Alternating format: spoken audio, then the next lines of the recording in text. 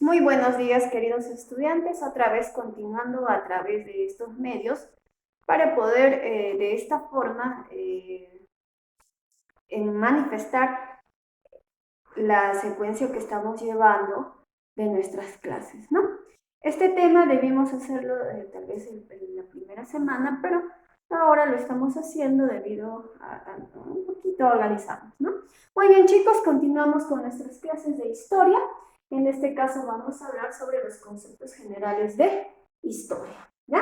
Muy bien, ¿qué cosa es la historia? Para empezar, la historia es una ciencia, ¿ya? Es una ciencia porque tiene todos estos elementos básicos que debe de contar toda ciencia. Tiene métodos científicos, leyes científicas y tiene un objeto a estudiar.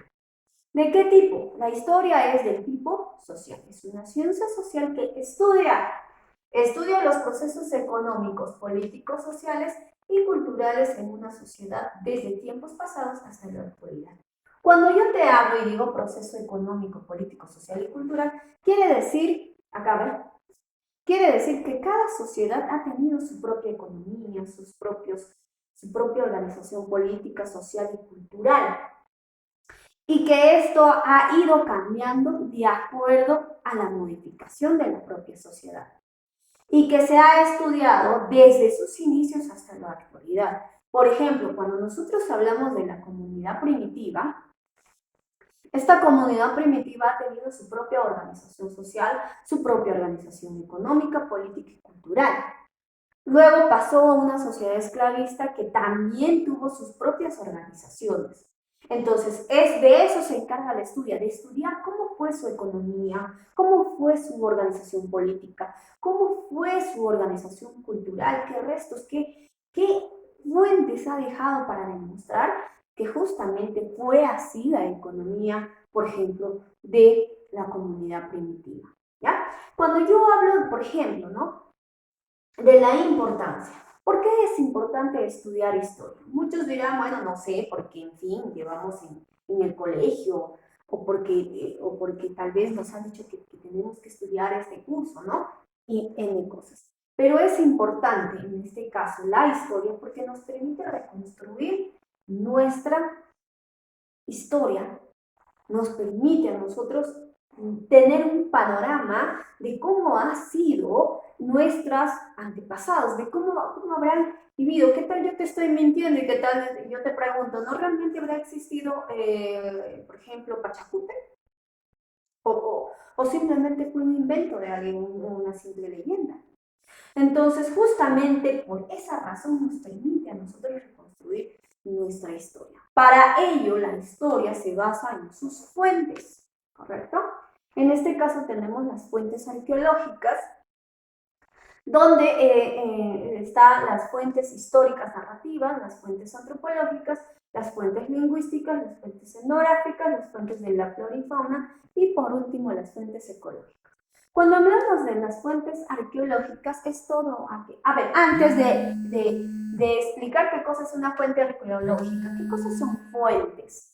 Fuentes de la historia. Las fuentes de la historia son las pruebas o evidencias que han dejado los antepasados y que nos permite a nosotros evidenciar que realmente existió o no.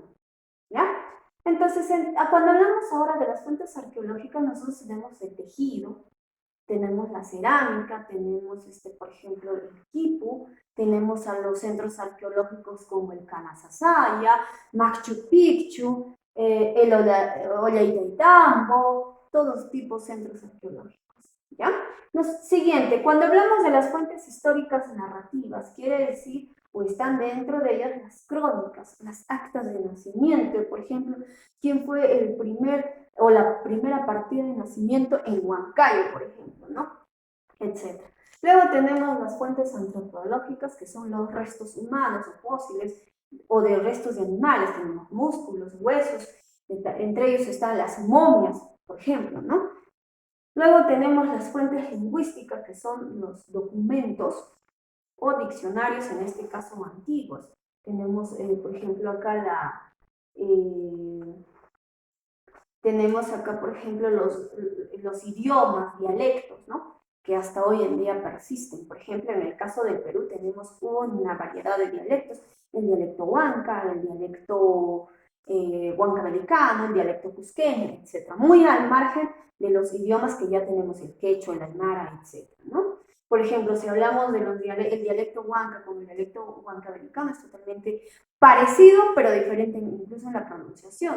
Por ejemplo, si hablamos del número 12, si yo digo, por ejemplo, en el dialecto huanca, el 2 significa Ishkay, pero si yo hablo en el dialecto huancabelicano, Iskay, te das cuenta que son muy parecidos, pero diferentes, ¿ya?